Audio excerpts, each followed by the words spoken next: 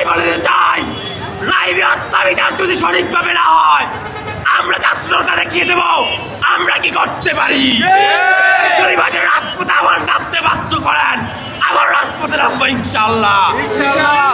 আমরা স্পষ্ট ভাষায় বলে দিতে চাই, এই রাইবি হত্যা করে, এই রাইবি ছিল দেবিদ্যুর একজন কৃতি সন্তান।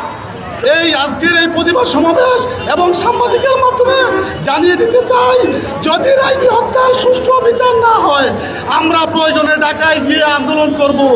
আমরা রাইবি হত্যার সুষ্ঠু বিচার চাই। আমরা আমাদের একটি ফুলকে হারিয়েছি, আমাদের বুকের কত যন্ত্রণা এটা আমরা বলে প্রকাশ করতে পারবো না। আজকে রাইবি, কালকে আমার আরেক সন্তান, আমরা কোথায় নিরাপদ?